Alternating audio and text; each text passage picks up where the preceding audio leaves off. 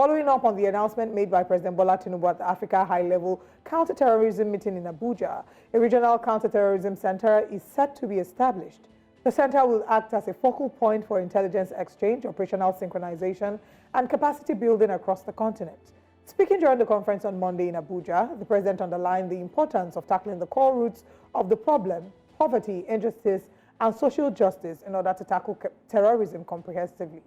The president emphasized again how crucial it is to cut off the financial conduits that support terrorist activities, including payments for ransom and illicit mining activities. Those who think illegal mining has no connection with the financing of terrorism are surely mistaken. The international community has both the moral and legal obligation to help in this cause because it is outside money, not African money, that fuels the illegal operations. We shall be knocking on this door of the international community to answer the call for justice, peace, and fair play. Key to our collective efforts against terrorism is the need for a fully operational regional counter-terrorism center. This center will serve as a hub for intelligence sharing, operational coordination, and capacity building throughout our region. Additionally, we must strengthen existing counter-terrorism structures, such as the Regional Intelligence Fusion Unit, RIFU, Abuja, the African Center for Study and Research on Terrorism and in Abuja, and the Committee of Intelligence and Security Services of Africa in Addis Ababa. All of these bodies must work. Joining us now on Breakfast Central is Dr. Ndubuisi Christian Ani, Senior Researcher and Project Coordinator at the Institute for Security Studies. Good morning and welcome to the show. Good morning and thank you for having me. All right, talk to us about your thoughts on the Africa Counter-Terrorism Summit and the possibility of its success. Now, there's some people who would disagree with the idea because they say that this is something that has been floated around for the longest time and they worry about the success of it this time. So talk to us about your thoughts on the summit and the body, the Africa Counterterrorism success. Yeah, so I think it's good to start from the fact that we've seen that terrorism has been touted as the cause of coup in 3 countries already, Mali, Burkina Faso, and Niger. And these countries have decided to excise themselves from the ECOWAS Commission. So this is bringing a worrying trend especially for Nigeria, that is supposed to be a regional hegemon within Africa. And then now this is happening within its backyard. So I think Nigeria finds it very useful then to now advocate for this counterterrorism unit, because the threat of terrorism will spread, as in it's not alarmist challenge, but then it will spread because of the way it has been handled. It's been handled in a balkanized way that, you know, only different coalitions of the willing are coming together to, you know, to address terrorism. But it's not it's not a Caucasus issue. It's not just a coalition issue. It's a continental problem that we are seeing. So when we look at, for instance, the G5 Sahel force that was propped by France, now it's already defunct. The member states have already left. You have the Accra Initiative, having the coastal countries that are involved in the operations. Now what we have seen that that Accra Initiative is yet to become really vibrant. You know, there are different pockets. The African Union agreed to establish a special force within the African Standby Force dynamics to address terrorism, but this will be mainly, you know, combative stance. against terrorism. But this has not been established as well. So when you look at the dynamics, his call for a regional coordination center is very, it's very welcome within the continent, and it's laudable. But then the challenge will then be, how then do they coordinate all the ideas, all the experiences, all the issues and information about how terrorists operate and how they can be tackled effectively. When will the center be established in the first place? Because it will also still take a very long time to debate at the African Union level for this. All right. I would like that we speak, about the Nigerian, aspect of it in a bit. But before that, now you've brought about the different regions and different setups, that are available in parts of the continent in combating terrorism and the challenges in Francophone Africa, in East Africa, in West Africa here. Everyone has their own individual terrorism issues. But there's also foreign influences that I would like that you speak about. The influences from the West, the influences from, Russia, of course, which is taking steps into the continent bit by bit. And of course, maybe also from Asia. How do you think that the continent can have a united voice against terrorism when we have influences and sponsors of, our security architecture from parts of the world that don't agree with each other? Yeah, I think you have it, well spot on, because at the end of the day, the coordination center will still need to be propped up by regional, or, there will still be a request for funding from these key actors. But then when you see the real issue, and I think it's good for us to get back to it, that the key issues that have caused the challenges that we're facing and the issues of terrorism actually is about external interferences. When we look at the situation in Mali, as in there's been for years campaigned by the rebel group canvassing against external interferences that have been trying to prop up the government to the disadvantage of the people in the north, so that in some ways kind of contributed to that whole saga.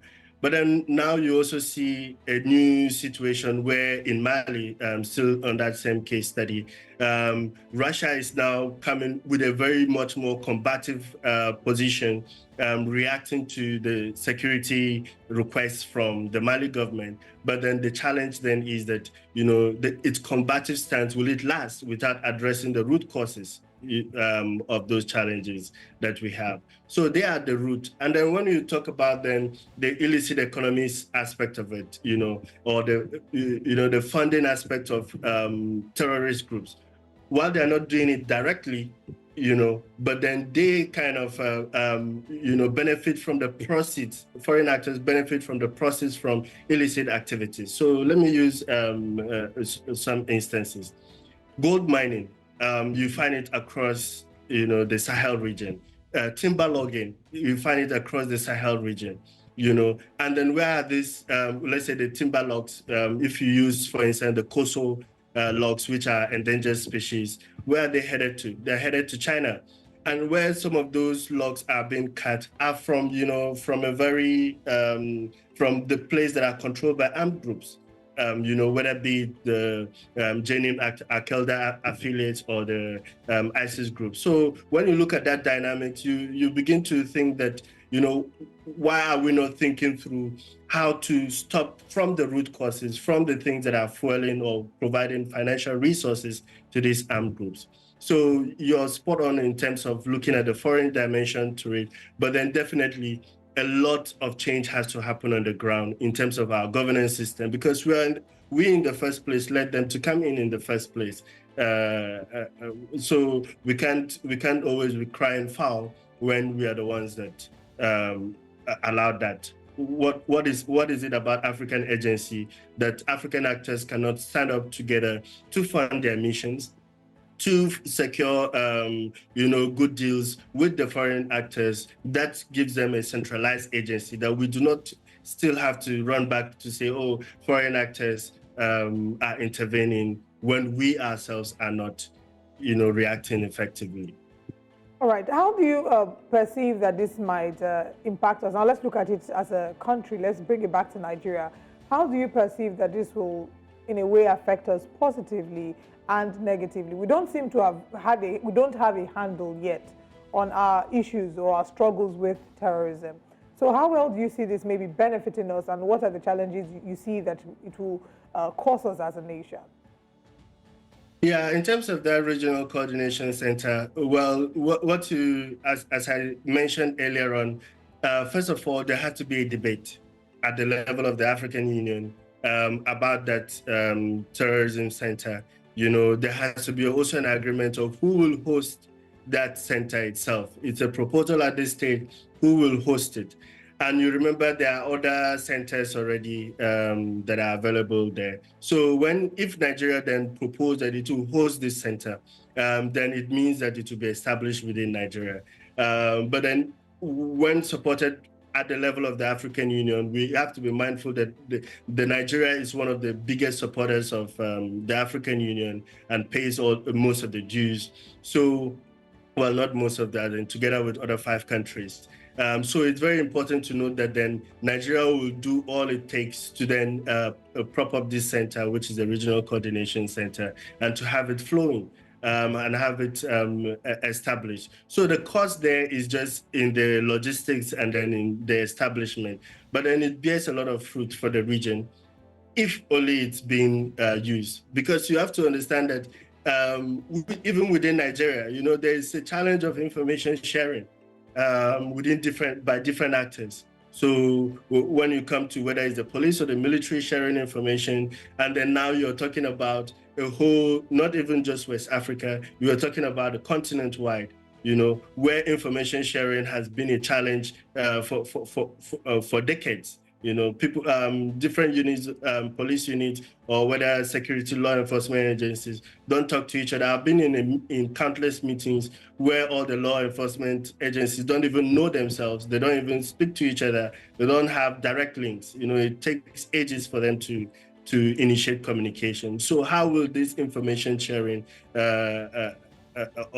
take place? So that is the key thing that has to. We also have AFRIPOL, that's the African Police Intelligence Network in Africa. But then, where is the information sharing from those units? It doesn't happen. So for me, one other fear is that it will just be one of those centers that are then established and then not doing anything substantive on the ground. Very true. To help people. And I mean, it's probably also important to look at the core, reasons behind some of these, like you just mentioned, AFRICOM. I always just have that fear that there's more to some of these security setups and security agreements than just simply, protecting the African people from terrorism. So those may be some of the things that would derail progress in that regard. Like you said earlier, people benefit from the presence of these terror groups on the continent. And if you don't tackle some of all of that, you might be wasting your time. Let's bring conversations to Nigeria. The National Security Advisor, Ndubuisi, made mention yesterday also at the summit that Nigeria's, death reports, have reduced from 2,600 a month to about 200, people a month. Is that something to celebrate? Are we, can we look at that and say, we are actually making a lot of progress with the fight against terrorism in Nigeria? As in, arguably, there are different ways of seeing it. First of all, yes, as in there has been a significant progress in terms of shrinking the territorial space of these extremist groups for the past few years. But then, when we look at what is happening now, you see a diffusion, a more fragmentation of the security threats that are now, not then only within the northern eastern northern area within Borno region. It has also gone down. Now we're seeing terrorist collusion with whether it's bandits or different actors, taking place, whether it's in Southwest, Southeast, and even close to Abuja in Kogi State. There are accounts of terrorist cells operating within that region. So in many ways, yes, as in, that has also diminished. But when you see the aggregate of fatalities, or maybe when you think of it beyond the what is being attributed solely as jihadis or terrorist attacks, we can look at the, that it has reduced significantly. But when we look at others spiral out of the situation, we see that Nigeria is facing a huge threat, that some of the actors that operated within that scene, have brought back those kind of attack mentality down to this, both to the southern and even threatening the capital as well. So yes, I think it's a huge achievement that, not to underplay that achievement. It's a huge achievement for the nation on its own. But, what are we doing to look at the spill out effects of terrorism, across the country, that which will become much more worse if we have a lot of economic downturn, and then also the law enforcement are not able to follow intelligence and get some of those actors that are now, spreading terrorism all across the country. Okay. One of the things in talking about the reduction of the deaths, one of the things that was made reference to was the fact that the access to weapons is now more expensive than before. For example, the example that was given was how an AK-47 that previously would cost about 500,000 naira now costs about 5 million, meaning that there is lack of access and availability to these weapons. But we cannot downplay the fact that our borders are porous. And that's, from there we see an influx of these weapons coming into the country. So let's talk about the role that the customs has to play in the fight against terrorism. A few weeks ago, Fisayo, a Nigerian journalist, did a report on how we see an influx, or how easy it was for him to import rice, a number of bags of rice. And he said in his words, maybe not the exact words, but what he said is you can bring in anything into the country as long as you can pay the right price. So what is the role that the Nigerian customs has to play in ensuring that we win this fight against terrorism, we reduce the influx of weapons into our country? Yeah. Thank you. I think it's a fundamental question that you ask. And when we, in our research on or in our engagement on organized crime situation, the critical element of what is happening in terrorism and also organized crime threats is the role of state-embedded actors, in this. And you can look at it from different ways. And then first of all, you think about what is let's not have that whole discussion about minimum wage. We can also, we can have that at a later point. We can also have a discussion about, to what extent are these actors paid? When we think of the custom agents, how is their job security? To what extent do they receive assurances and allowances that enable them not to engage in this kind of vices or in corrupt acts? Those are things that we need to consider.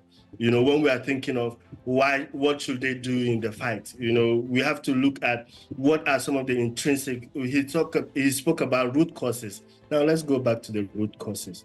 The root causes for corruption and accepting of bribes is that people do not have the option or stability, or do not have the confidence that the government or their employees are paying them well or value them. So that has to come from that stage, that, when a custom officer or receives or comes in contact with with goods, how does it then, act around it? Does it then, act in due diligence to investigate and look at all the items in it, or does it just accept the small amount of money that will come to it, and that will be of help to him, close to him right now and right there, not thinking about the broader ramification of it. Those weapons that he allowed to get into the countries in the first place could be then used in an attack that affects him or his relation. So that mentality change has to change. And it comes from, when we think of in Nigeria as a whole, that poor governance or corruption or bribery affects affects everyone. So the custom has a key role to play because the porous border, when we are talking about that arms and ammunitions have reached a higher rate, that's nothing to celebrate about, because arms easily get to Nigeria, whether it's from Niger, coming from Mali, or coming from different areas. So what we are talking about is just the official rates that we are thinking about it, or some of the rates that have been considered in terms of when doing this research, or even also against the dollar and naira differences. Yeah, So I was even going to mention that. I was going to mention that that it could be because of the naira's exchange rate, and of course the value of the naira. That's why it's that expensive. But there's obviously a lot of work, that needs to be done, and I think, to a large extent, Nigerians are tired of hearing, words and talk. Nigerians want to see that there's actually a difference, and in proper investment in security, not just, press statements, proper investment in security infrastructure across the country.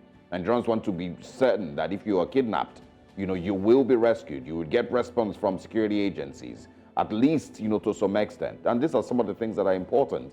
That parts of northern Nigeria that, weren't able to farm or have not been able to go to farm for the last, 5-6 years, will be able to go back to their farms. And of course, in the middle belt. These are the things that are important. Every other thing is irrelevant.